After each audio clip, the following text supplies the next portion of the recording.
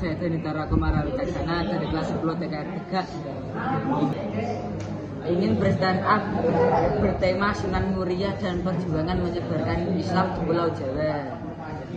Selamat siang semuanya. Siap dengerin cerita keren dari sejarah Nusantara. Hari ini kita ngobrolin soal salah satu wali yang paling unik dan menginspirasi, yaitu Sunan Muria. Nah, kalau kalian masih belum tahu siapa dia, tenang saja, saya akan bocorkan kisahnya. Jadi begini, Sunan Muria atau nama aslinya Raden Umar Said adalah salah satu dari starting line up Wali Songo. Wali Songo ini itu kalau diibaratkan kayak Avengers-nya dakwah Islam di tanah Jawa. Mereka punya misi penting menyebarkan agama Islam di tengah masyarakat yang masih erat dengan tradisi Hindu, Buddha dan kepercayaan lokal. Tapi Sunan Muria punya gaya dakwah yang beda banget. Kalau wali-wali lain seperti Sunan Kalijaga atau Sunan Ampel sering berdakwah di pusat kota atau keraton, Sunan Muria malah memilih jalan yang lebih menantang. Dia naik ke gunung-gunung, masuk di desa-desa terpencil, dan bergaul dengan para petani, pedagang kecil, dan masyarakat biasa. Nggak heran basis dakwahnya ada di sekitar Gunung Muria, Kudus, dan Jawa Tengah. Strateginya gimana? Wah, ini yang menarik. Sunan Muria itu tahu banget kalau masuk ke hati masyarakat.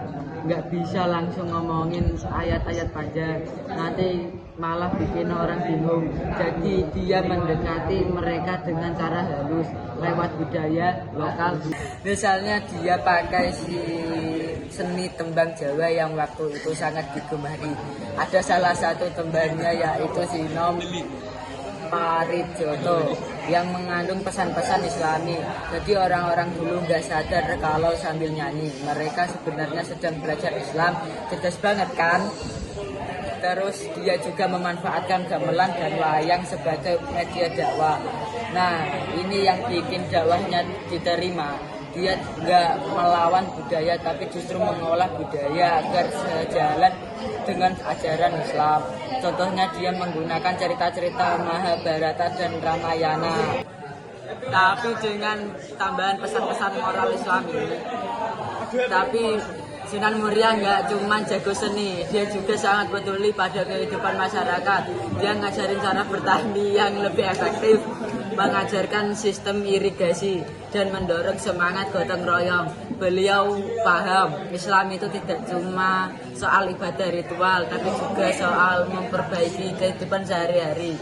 Dan yang luar biasa, Sunan Muria itu nggak pernah memaksa orang untuk masuk Islam.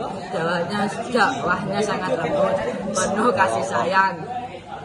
Beliau percaya perubahan itu harus datang dari hati, bukan tekanan. Makanya Islam di Jawa bisa berkembang pesat dengan cara damai. Sekarang kalau kita ke Kudus, tepatnya di Gunung Muria, kalian bisa mengunjungi makam beliau. Tempat ini sering jadi tujuan wisata religi karena Sunan Muria bukan hanya seorang wali tapi juga simbol kebijaksanaan, kesabaran, dan cinta pada sesama. Jadi apa yang bisa kita pelajari dari Sunan Muria?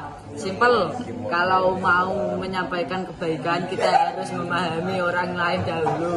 Gunakan pendekatan yang sesuai, hargai budaya mereka dan sebarkan pesan dengan cara yang damai. Karena seperti kata Sunan Muria, Islam di rahmat bagi seluruh alam, bukan ancaman. Terima kasih sudah mendengarkan teman-teman. Semoga cerita ini menginspirasi kita semua untuk jadi orang yang bermanfaat dan dimanapun kita berada. Waalaikumsalam warahmatullahi wabarakatuh.